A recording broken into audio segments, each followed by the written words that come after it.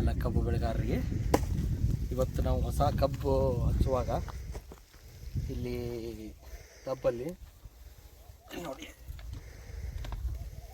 Kisan developer,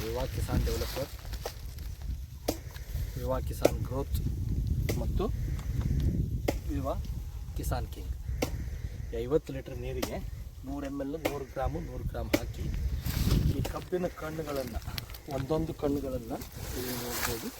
ಒಂದೊಂದು ಕಣ್ಣುಗಳನ್ನು ಆಗುತ್ತಲ್ಲ ಇದನ್ನು ನಾವು ಕಡಿದು ಇದಕ್ಕೆ ಒಂದು ಬೀಜೋಪಚಾರ ಮಾಡಬೇಕು. ಈಗ ಸಪ್ರೇಟ್ ಮಾಡಿದಂಥ ಕಣ್ಣುಗಳನ್ನು ನಾವು ಈ ಟ್ರೇಗಳನ್ನು ಡೈರೆಕ್ಟ್ಲಿ ಒಂದು 5 ನಿಮಿಷಗಳ ಕಾಲ ಇದರಲ್ಲಿ ಬೀಜೋಪಚಾರಕ್ಕಾಗಿ ಬಿಡ್ತೀವಿ.